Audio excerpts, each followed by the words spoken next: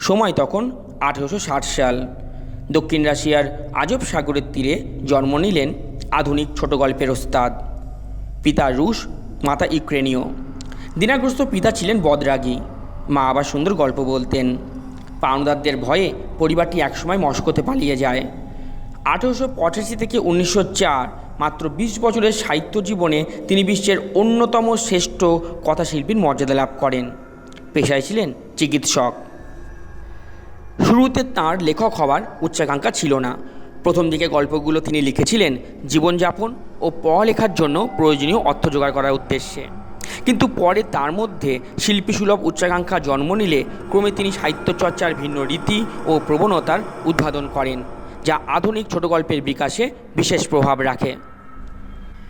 বাস্তবধর্মিতা ছিল তার সাহিত্যের প্রধানতম লক্ষণ। রুশ সাহিত্যে তিনিই প্রথম লেখক যার জীবনে হিরো বা ভিলেন বলে কেউ নেই। অধিকাংশ গল্পই গড়ে উঠেছে সাধারণ মানুষের আশা, আকাঙ্ক্ষা ও তুচ্ছ ঘটনাকে কেন্দ্র করে। বড় মাপের উত্থান পতন বা ধাক্কাও নেই এসব কাহিনীতে। চরিত্রগুলোর দ্বিধাদ্বন্দ্ব, বেদনা, অসহায়তা, নিঃসঙ্গতা, ভুল বোঝাবুঝি, যৎসামান্য প্রাপ্তি কখনো খুব সহজ ভঙ্গিতে, কখনো মৃদু নাটকীয়তায় উজ্জ্বল হয়ে উঠেছে। হাই বন্ধুরা, আমি ধ্রুব, আর ধ্রুবর আড্ডাঘর আর সেই সর্বশ্রেষ্ঠ আধুনিক ছোট গল্পের ওস্তাদ রুশ নাট্যকার আন্তন পাভলোভিচ চেখভের কিছু অমর সৃষ্টি ছোট গল্পের কথা তোমাদের সাথে শেয়ার করবে। বইয়ের নাম চেখভের গল্প। ভাষান্তর করেছেন রবি দত্ত। প্রকাশনী সুজন প্রকাশনী। প্রচ্ছদ অলঙ্করণ প্রণবেশ মাইতি। মূল্য 150 টাকা। বইটিতে মোট 10টি গল্প আছে। প্রথম গল্প সরকারি কেরানির মৃত্যু। ঘটনাটি এক কেরানিকে নিয়ে, নাম ইভান দামিত্রিস চেরভিয়াকভ। এক রাতে অপেরা হাউসে দ্বিতীয় সারিতে বসে লা ক্লসে দ্য কার্নিভিলের অভিনয় দেখছিলেন। এমন এক রমণীয় পরিস্থিতিতে তার জীবনে নেমে এলো এক বিপর্যয়। তার ওই সময় হাঁচি পায় এবং তিনি হাঁচেন। ঘটনাটি তুচ্ছ মনে হলেও তা তুচ্ছ রইল না। তিনি যখন দেখতে চাইলেন এই ঘটনায় কেউ বিরক্ত হলো কি না, তিনি দেখতে পেলেন এক বৃদ্ধ দস্তানা দিয়ে মাথা আর ঘাড় মুছছেন। তিনি হলেন যানবাহন মন্ত্রী দপ্তরের স্টেট জেনারেল ব্রিজালেভ। তার কেরানিসুলভ বিনম্রতা বোধ এই ঘটনায় আঘাতপ্রাপ্ত হয় এবং তারপরে তার কাছে তিনি ক্ষমাও চান। কিন্তু কি হয় তারপর? গল্পটি কৌতুককরভাবে উপস্থাপিত হলেও এর মধ্যে লেখক সরকারি দপ্তরের এক অনুগত কেরানির মনস্তত্ত্বকে অত্যন্ত নিপুণভাবে উপস্থাপন করেছেন। দ্বিতীয় গল্প অপরাধী। গল্পটি ডেনিস গ্রিগোরিভ নামক এক চাষি। মাছ ধরার সুতোর ভার হিসাবে ব্যবহার করার জন্য রেল লাইনে স্লিপারে বসানো লাইন থেকে নাট খুলতে গিয়ে ধরা পড়ে। তাকে তুলে আনা হয় তদন্তকারী ম্যাজিস্ট্রেটের কাছে। কিন্তু কি হয় তারপর? দারিদ্র্যসীমার নিচে থাকা সেই গরিব মানুষগুলোর জীবনের এক কঠিন বাস্তবকে তুলে ধরেছেন লেখক। তৃতীয় গল্প আগাথা। এই গল্পের এক মুখ্য চরিত্র 25 বছরের যুবক সাপকা। সুঠাম শরীরের অধিকারী হলেও তার শরীর ছিল নিরলস আলসেমিতে ভরা। গ্রামের মেয়েদের দুর্বলতার কারণ ছিল সাপকা। এমনই এক তরুণী কৃষক কন্যা আগাথার প্রেমে পড়ে সাপকা। তিনি ছিলেন সিগন্যালম্যান জেকবের স্ত্রী। এক রাতের বেলায় নদী পার হয়ে আগাথা আসে তার প্রেমিকের সাথে দেখা করতে। কি হলো তারপর? গ্রামের সেই বাঁধনহারা, নিয়মনীতিহীন উদ্দাম প্রেমের গল্প শুনিয়েছেন লেখক। চতুর্থ গল্প দূরদৃষ্ট। এই গল্প এক সুন্দরী যুবতী পেট্রোভনার। স্বামী মিস্টার লুভিনিয়ারসেভ নোটারির কাজ করেন। তাদের প্রতিবেশী আইনজীবী ইলিন আবার পেট্রোভনার প্রেমে পাগল। সময় সুযোগ এসে পেট্রোভনাকে দূরে কোথাও নিয়ে যাওয়ার কথা বলেন। কিন্তু পেট্রোভনা ছিলেন স্বামী পরায়ণা স্ত্রী। স্বামী ও সন্তানকে খুবই ভালোবাসতেন। অন্যদিকে রোমাঞ্চকর উত্তেজনাকেও অস্বীকার করতে পারতেন না। এই উত্তেজনা হলো ঘর থেকে অনেক দূরে নতুন কিছু দেখার অনুভূতি, যা স্বামীর কর্মব্যস্ততায় কোনো দিনই তিনি পাননি। এই অদ্ভুত পেন্ডুলামের দোলাচলে কোন পথটিকে তিনি বেছে নেবেন, তাই নিয়েই এক নারীর জীবনের চরম বাস্তবতাকে তুলে ধরেছেন লেখক। পঞ্চম গল্প ছোট্ট জ্যাক। এই গল্প বাবা মাহারা দাদুর কাছে বড় হয়ে ওঠা 9 বছরের ছোট্ট জ্যাকের। একটি জুতোর কারখানায় কাজ শিখতে এসে নির্মম বাস্তবতার শিকার হয় সে। প্রায় প্রতিদিন নির্যাতিত জ্যাকের ইচ্ছে হয় তার সেই দাদুর কাছে ফিরে যেতে। বড়দিনে সবার চোখ এড়িয়ে সে চিঠি লিখতে বসে দাদুকে। কিন্তু কি লেখা ছিল সেই চিঠিতে? তারপর কি হলো সেই ছোট্ট জ্যাকের? এক পরিযায়ী শিশু শ্রমিকের বাড়িতে ফেরার সেই কাতর আর্তনাদের কথা ফুটিয়ে তুলেছেন লেখক। ষষ্ঠ গল্প ভিক্ষার্থী। এই গল্পের দুই মুখ্য চরিত্র এক ভিখারি আর উকিল বৎসবের। সেই গরিব দুঃখী মানুষটি কোনো না কোনো বাহানায় প্রায় প্রতিদিন সবার কাছ থেকে ভিক্ষা নিত। কখনো সে পরিচয় দিত নিজেকে ছাত্র হিসাবে, কখনো স্কুল শিক্ষক হিসাবে, কিন্তু ধরা পড়ে যায় উকিলের কাছে। উকিলের বদান্যতায় কাঠ কাটার কাজ জোটে তার বদলে পেতে লাগলো সে পারিশ্রমিক। ভিক্ষাভিত্তিক কর্মহীন জীবন যার প্রিয়, সে কি পারবে এই জগৎটাকে মানিয়ে নিতে? সেই নিয়েই এক চরিত্রের ভিতরে লুকিয়ে থাকা আরেক জীবনকে ফুটিয়ে তুলেছেন লেখক। সপ্তম গল্প মাছ।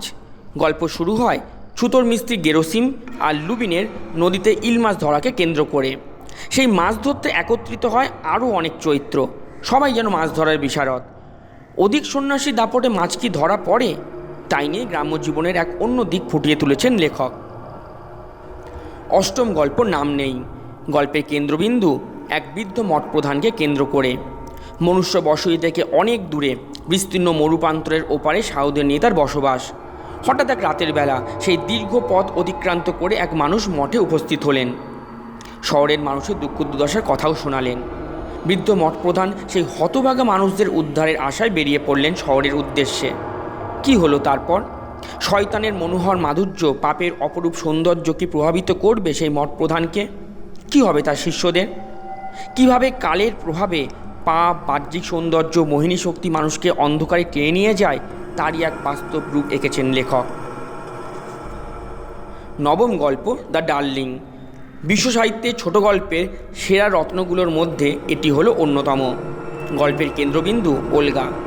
জীবন ধারণের জন্য বিভিন্ন ঘটনার সঙ্গে একাত্ম হবার কি শোচনীয় পরিণতি, যা কিনা যতবার সে নিজের অস্তিত্বকে বজায় রাখতে পরম বিশ্বাসের সঙ্গে হাত বাড়ায়, ততবারই নিয়তির দুর্ভেদ্য গোলক ধাঁধায় সে হয় উদ্ভ্রান্ত। অথচ কি নিষ্ঠুর পরিহাস! সে সবার প্রিয়, সে সবার ডার্লিং। ওলগার মাধ্যমেই যেন নারী জাতির এক ব্যর্থতার অসহায় জগৎকে সম্পূর্ণ করতে চেয়েছেন লেখক। এই গল্পটি তলস্তয় এতই ভালো লেগেছিল যে এটি তিনি পরপর 4 রাত তার বন্ধুদের কাছে পড়ে শুনিয়েছিলেন এবং বলেছিলেন গল্পটি অসাধারণ এই কারণে যে এটি পূর্ব নির্ধারিত কোনো পথেই এগোয়নি। দশমতম গল্প ক্ষুদে কুকুরসঙ্গী মহিলা। বিশ্ব সাহিত্যের ছোট গল্পের আর এক রত্ন হলো এই গল্প। গল্পটি একজন বিবাহিত নারীর জীবনের অন্য পুরুষের উপস্থিতিকে কেন্দ্র করে। প্রচণ্ড ভালোবাসা সত্ত্বেও এই গল্পে একজন নারী ও একজন পুরুষ সিদ্ধির লক্ষ্যে পৌঁছাতে পারে না। অনেক পথ অতিক্রম করেও পারে না একটি কেন্দ্রবিন্দুতে স্থির হতে।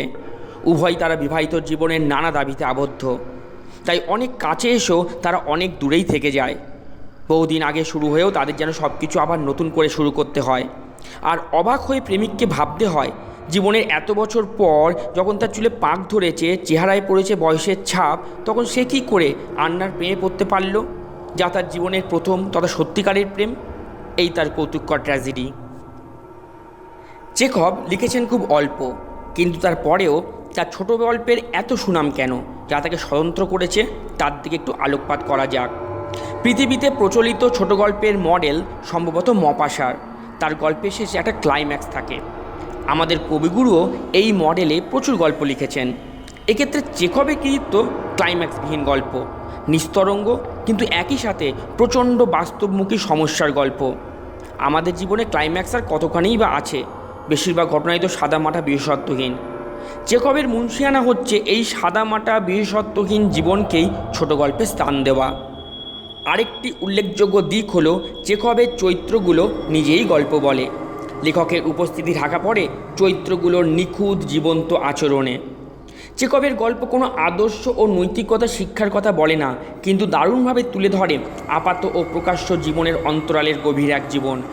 তার গল্পে ছোট শহর ও গ্রামের মানুষের নিস্তরঙ্গ জীবন ফুটে ওঠে। খাঁচাবন্দি হাঁপিয়ে ওঠা মানুষের বিভিন্ন দিনচিত্র ফুটে ওঠে। তার গল্পের চরিত্র সব সাধারণ মানুষ, ছাত্র, চাষি, লেখক, ডাক্তার, সরকারি কর্মচারী, সবাই তার নায়ক।